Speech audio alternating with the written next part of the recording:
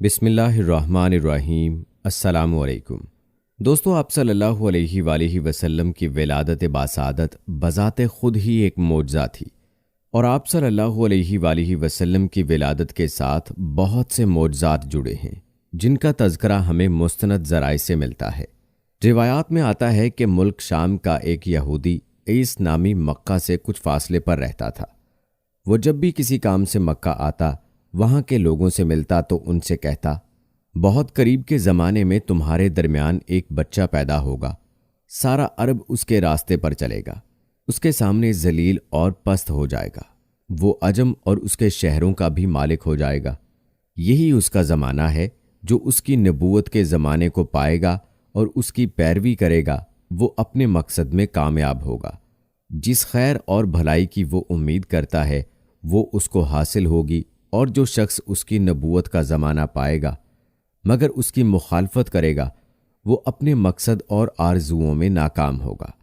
مکہ معظمہ میں جو بھی بچہ پیدا ہوتا ہے، وہ یہودی اس بچے کے بارے میں تحقیق کرتا اور کہتا، ابھی وہ بچہ پیدا نہیں ہوا۔ آخر جب نبی کریم صلی اللہ علیہ وآلہ وسلم اس دنیا میں تشریف لائے تو عبد المطلب اپنے گھر سے نکل کر اس یہودی کے پاس پہنچے۔ اس کی عبادت گاہ کے دروازے پر پہنچ کر انہوں نے آواز دی۔ عیس نے پوچھا، کون ہے؟ انہوں نے اپنا نام بتایا، پھر اس سے پوچھا، تم اس بچے کے بارے میں کیا کہتے ہو؟ اس نے انہیں دیکھا، پھر بولا، ہاں، تم ہی اس کے باپ ہو سکتے ہو۔ بے شک وہ بچہ پیدا ہو گیا ہے جس کے بارے میں تم لوگوں سے کہا کرتا تھا۔ وہ ستارہ آج طلوع ہو گیا ہے جو اس بچے کی پیدائش کی علامت ہے، اور اس کی علامت یہ ہے کہ اس وقت اس بچے کو درد ہو رہا ہے۔ یہ تکلیف اسے 3 دن رہے گی اور اس کے بعد یہ ٹھیک ہو جائے گا۔ پیارے دوستو، راہب نے جو یہ کہا تھا کہ بچہ 3 دن تک تکلیف میں رہے گا، تو اس کی تفصیل یہ ہے کہ آپ نے 3 دن تک دودھ نہیں پیا تھا۔ تو اس کا تذکرہ گزشتہ ویڈیو میں بھی ہو چکا ہے کہ آپ صلی اللہ علیہ وآلہ وسلم نے 2 یا 3 دن تک دودھ نہیں پیا تھا۔ اور دوستو، یہودی نے جو یہ کہا تھا کہ ہاں آپ ہی اس کے باپ ہو سکتے ہیں، اس سے یہ مراد ہے کہ عربوں میں دادا کو بھی باپ کہہ دیا جاتا ہے، اور نبی کریم صلی اللہ علیہ وآلہ وسلم نے ایک بار خود فرمایا تھا، میں عبد المطلب کا بیٹا ہوں۔ دوستو، کہا جاتا ہے یہودی نے عبد المطلب سے یہ بھی کہا تھا، اس بارے میں اپنی زبان بند رکھیں، یعنی کسی کو کچھ نہ بتائیں، ورنہ لوگ اس بچے سے زبردست حسد کریں گے، اتنا حسد کریں گے کہ آج تک کسی نے نہیں کیا، اور اس کی اس قدر سخت مخالفت ہوگی کہ دنیا میں کسی اور کی اتنی مخالفت نہیں ہوئی۔ پیارے دوستو، کہتے ہیں کہ پوتے کے متعلق یہ باتیں سن کر حضرت عبد المطلب نے عیس سے پوچھا، اس بچے کی عمر کتنی ہوگی؟ یہودی نے اس سوال کے جواب میں کہا، اگر اس بچے کی عمر طبی ہوئی تو بھی 70 سال تک نہیں ہوگی، بلکہ اس سے پہلے ہی 61 یا 63 سال کی عمر میں وفات ہو جائے گی، اور اس کی امت کی اوسط عمر بھی اتنی ہوگی۔ اس کی پیدائش کے وقت دنیا کے بت ٹوٹ کر گر جائیں گے۔ دوستو، یاد رہے کہ یہ ساری علامات اس یہودی نے گزشتہ انبیاء کی پیش گوئیوں سے معلوم کی تھیں، اور سب کی سب بالکل سچ ثابت ہوئیں۔ روایات میں آتا ہے کہ قریش کے کچھ لوگ عمرو بن نفیل اور عبد الرحمن بن جہش وغیرہ ایک بت کے پاس جایا کرتے تھے۔ یہ اس رات بھی اس کے پاس گئے جس رات آپ صلی اللہ علیہ وآلہ وسلم کی پیدائش ہوئی۔ انہوں نے دیکھا وہ بت اوندھے منہ گرا پڑا ہے۔ ان لوگوں کو یہ بات بری لگی۔ انہوں نے اس کو اٹھایا، سیدھا کر دیا، مگر وہ پھر گر گیا۔ انہوں نے پھر اس کو سیدھا کیا، وہ پھر الٹ ہو گیا۔ ان لوگوں کو بہت حیرت ہوئی، یہ بات بہت عجیب لگی۔ تب اس بت سے آواز نکلی، یہ ایک ایسے بچے کی پیدائش کی خبر ہے جس کے نور سے مشرق اور مغرب میں زمین کے تمام گوشے منور ہو گئے ہیں۔ بت سے نکلنے والی آواز نے انہیں اور زیادہ حیرت زدہ کر دیا۔ پیارے دوستو، اس کے علاوہ ایک واقعہ یہ بھی پیش آیا کہ ایران کے شہنشاہ کسریٰ نوشیروان کا محل ہلنے لگا اور اس میں شگاف پڑ گئے۔ نوشیروان کا یہ محل نہایت مضبوط تھا، بڑے بڑے پتھروں اور چونے سے تعمیر کیا گیا تھا۔ اس واقعے سے پوری سلطنت میں دہشت پھیل گئی۔ شگاف پڑنے سے خوفناک آواز بھی نکلی تھی۔ محل کے 14 کنگرے ٹوٹ کر نیچے آ گرے تھے۔ دوستو آپ صلی اللہ علیہ وآلہ وسلم کی پیدائش پر ایک واقعہ یہ بھی پیش آیا کہ فارس کے تمام آتش کدوں کی وہ آگ بجھ گئی جس کی وہ لوگ پوجا کرتے تھے اور اس کو بجھنے نہیں دیتے تھے، لیکن اس رات میں ایک ہی وقت میں تمام کے تمام آتش کدوں کی آگ آنن فانن بجھ گئی۔ آگ کے پوجنے والوں میں رونا پیٹنا مچ گیا۔ کسرا کو یہ تمام اطلاعات ملیں تو اس نے ایک کاہن کو بلایا۔ اس نے اپنے محل میں شگاف پڑھنے اور آتش کدوں کی آگ بجھنے کے واقعات اسے سنا کر پوچھا، آخر ایسا کیوں ہو رہا ہے؟ وہ کاہن خود تو جواب نہ دے سکا، تاہم اس نے کہا، ان سوالات کے جوابات میرا ماموں دے سکتا ہے، اس کا نام ستی ہے۔ نوشروان نے کہا، ٹھیک ہے، تم جا کر ان سوالات کے جوابات لاؤ۔ وہ گیا، ستی سے ملا، اسے یہ واقعات سنائے۔ اس نے سن کر کہا، ایک عصا والے نبی ظاہر ہوں گے جو عرب اور شام پر چھا جائیں گے، اور جو کچھ ہونے والا ہے ہو کر رہے گا۔ اس نے یہ جواب کسرا کو بتایا۔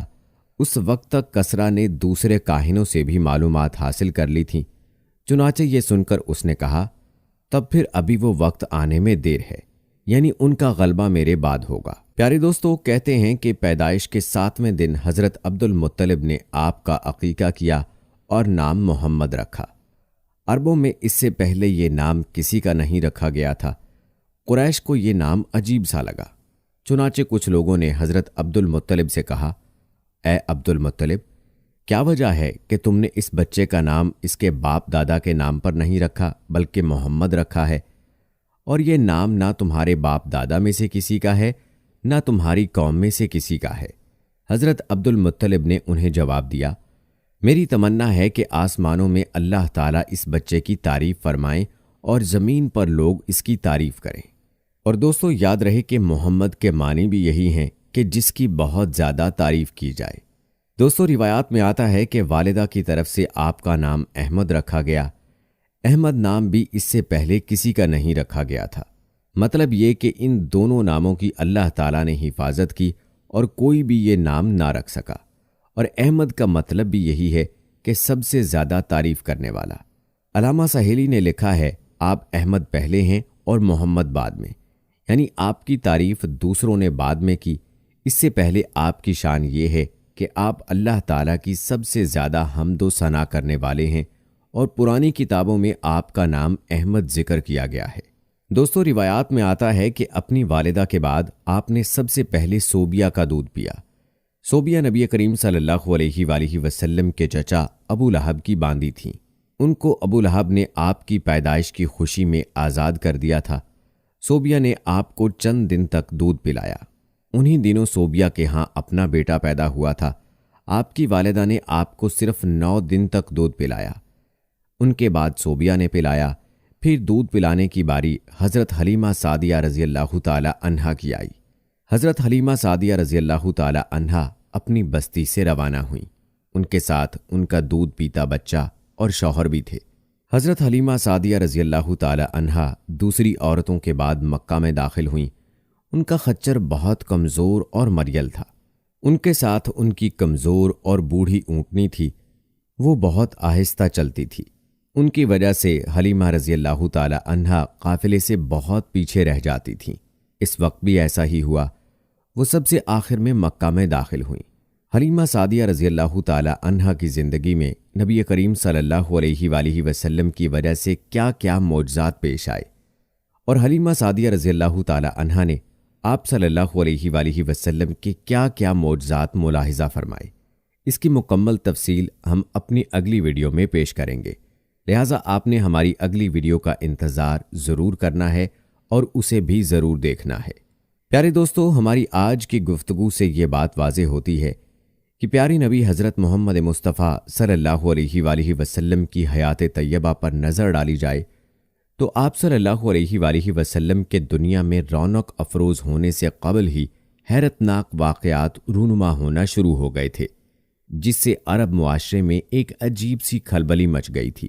حضرت خالد بن معدان تابعی رضی اللہ تعالی عنہ سے روایت ہے کہ ایک مرتبہ کچھ صحابہ کرام رضوان اللہ اجمعین نے حضرت صلی اللہ علیہ وآلہ وسلم سے دریافت کیا کہ یا رسول اللہ صلی اللہ علیہ وآلہ وسلم، اپنا حال بیان فرمائیے، یعنی آپ صلی اللہ علیہ وآلہ وسلم کی پیدائش کیوں اور کیسے ہوئی؟ آپ صلی اللہ علیہ وآلہ وسلم نے فرمایا، میں اپنے باپ ابراہیم علیہ السلام کی دعا، عیسیٰ علیہ السلام کی بشارت اور اپنی ماں آمنہ رضی اللہ تعالی عنہا کا خواب ہوں۔ میری ماں نے کہ جب میں ان کے شکم مبارک میں تھا، خواب دیکھا کہ ان کے بدن سے ایک نور نکلا جس سے شام کے محل روشن ہو گئے۔ اور دوستو، یہی حدیث مستدرک میں کچھ اضافی الفاظ کے ساتھ یوں تحریر ہے۔ حضرت ارباز ساریہ رضی اللہ تعالی عنہ فرماتے ہیں کہ میں نے رسول اللہ صلی اللہ علیہ وآلہ وسلم کو فرماتے سنا کہ میں اللہ کا بندہ اور خاتم الانبیاء اس وقت سے ہوں کہ میرے باپ یعنی آدم علیہ السلام آب و گل میں تھے۔ میں اس کی تفصیل بتاتا ہوں۔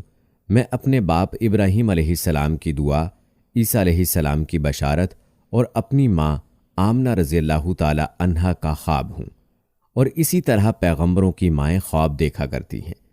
حضرت صلی اللہ علیہ وآلہ وسلم کی والدہ نے آپ صلی اللہ علیہ وآلہ وسلم کی ولادت کے وقت خواب دیکھا کہ ایک نور ہے جس سے شام کے محل روشن ہو گئے۔ پھر آپ نے یہ آیت پڑھی، سورہ احزاب کی یہ آیت جس کا ترجمہ ہے، اے پیغمبر صلی اللہ علیہ وآلہ وسلم، میں نے تجھ کو گواہ اور خوشخبری سنانے والا اور ڈرانے والا اور اللہ کے حکم سے اللہ کی طرف پکارنے والا اور روشن چراغ بنا کر بھیجا۔ اور دوستو، حضرت ابراہیم علیہ السلام کی دعا جو قرآن حکیم میں آئی ہے وہ یہ ہے، اے ہمارے رب، انہی میں سے رسول بھیج جو ان کے پاس تیری آیات پڑھے، انہیں کتاب و حکمت سکھائے اور انہیں پاک کرے، یقیناً تو حکمت والا اور غلبے والا ہے۔ پیارے دوستو، مفسرین کرام لکھتے ہیں کہ یہ حضرت ابراہیم علیہ السلام کی آخری دعا تھی جو قبول ہوئی، اور ان کی ذریت سے یعنی اسماعیل علیہ السلام سے حضرت محمد مصطفیٰ صلی اللہ علیہ وآلہ وسلم کو قرآن دے کر بھیجا، اور پھر آپ صلی اللہ علیہ وآلہ وسلم نے دین اسلام کی تبلیغ بھی کی۔ اور اسی طرح حضرت عیسیٰ علیہ السلام کی بھی پیش گوئی قرآن حکیم میں یوں آئی ہے، جس میں احمد صلی اللہ علیہ وآلہ وسلم نام کے پیغمبر کے بارے میں کہا گیا ہے۔